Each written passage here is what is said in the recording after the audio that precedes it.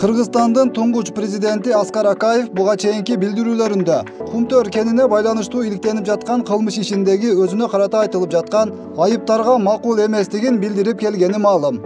Бул тууралуу Аскар Акаев бир катар интервьюларында ачык айтып келген. Бирок учурда Москва жергесинен келип, тергөө менен жакындан кызматташып баштагандан бери тергөөнүн материалдары, тийиштүү далил документтери менен таанышкан соң, Аскар Акаев өзүнүн президенттик мөөнөтүндө Кумтөр боюнча түзүлгөн келишимдер чындыгында кыргыз элинин, Кыргызстандын кызыкчылыгына төп келбей калганын түшүнүп, 1000 тоннага жакын алтындын, 200 тоннадан ашык күмүш, бир нече миллиарддаган доллар акчалар кыргыз элине пайдасы тийбей, сыртка чыгарылып кеткенин, кыргыз мамлекети канчалыган экономикалык жана экологиялык зыян тарткан фактыларын көрүп, ынангандан кийин кыргыз элине төмөнкүдөй кайрылуу жасады.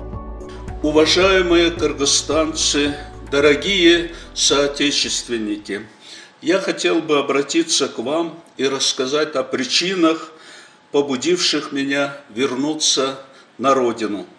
Находясь вдали от родины и наблюдая за событиями, происходящими вокруг Кумтора, особенно решительных мер, принимаемых после октябрьских событий 2020 года, я не мог оставаться в стороне. Невзирая на то, что в Кыргызстане я привлечен к ответственности и был объявлен в розыск, я приехал, чтобы дать показания по делу Кумтора.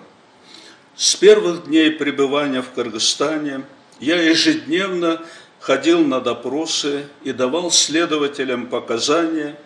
Мне было задано очень много вопросов, показано большое количество документов, содержащихся в уголовном деле.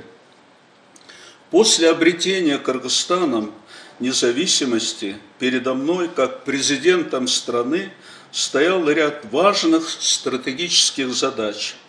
Это и создание собственной национальной валюты, национальной финансовой системы и обеспечение ее постоянным надежным источником золотовалютных ресурсов, которым могло стать золото Кумтора.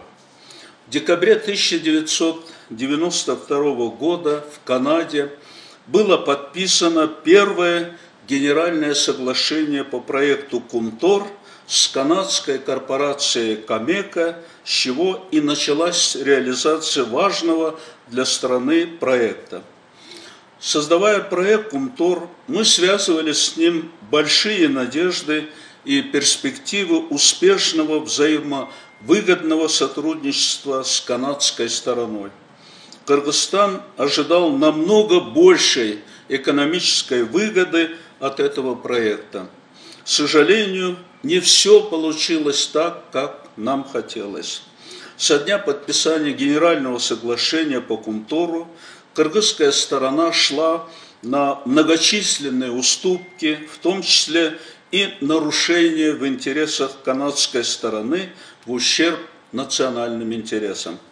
Одним из таких фактов является незаконное освобождение правительством Кыргызской республики корпорации Камека от налогов, в том числе за пользование природными ресурсами, при подписании Генерального соглашения в 1992 года, а также передачу управления проектом Кумтор канадской стороне.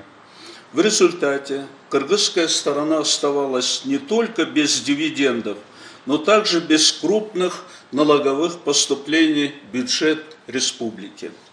Считаю, что это является не только преступной ошибкой правительства, это и моя ошибка как главы государства, поскольку я принимал решения по проекту Кумтор, слепо доверяя правительству и полагая, что при подписании Генерального соглашения интересы Кыргызстана были полностью учтены.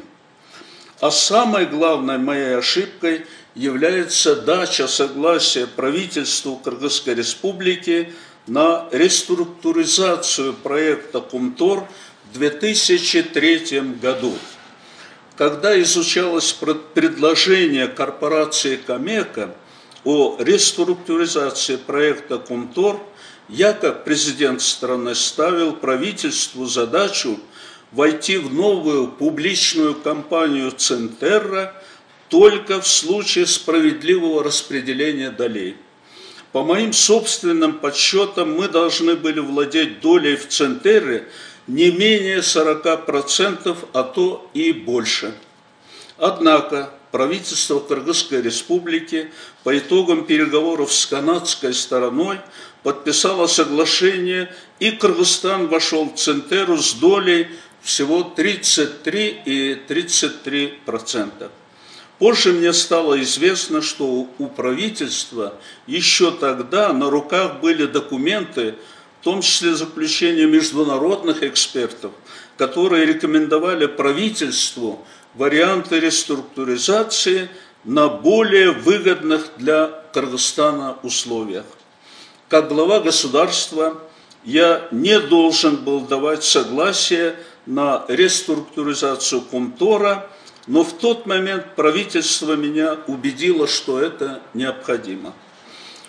Уважаемые сограждане, я искренне прошу прощения за допущенные мною ошибки, за то, что не оправдал надежды кыргызского народа по проекту Кумтора.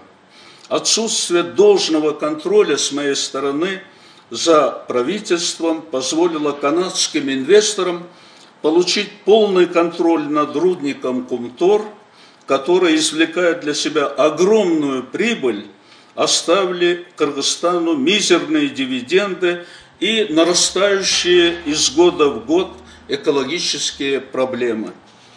Учитывая все это, я полностью сотрудничаю со следствием и продолжу это делать, но как гражданин Кыргызской республики и как бывший президент чувствую вину за допущенные мною ошибки и еще раз хочу искренне извиниться перед вами.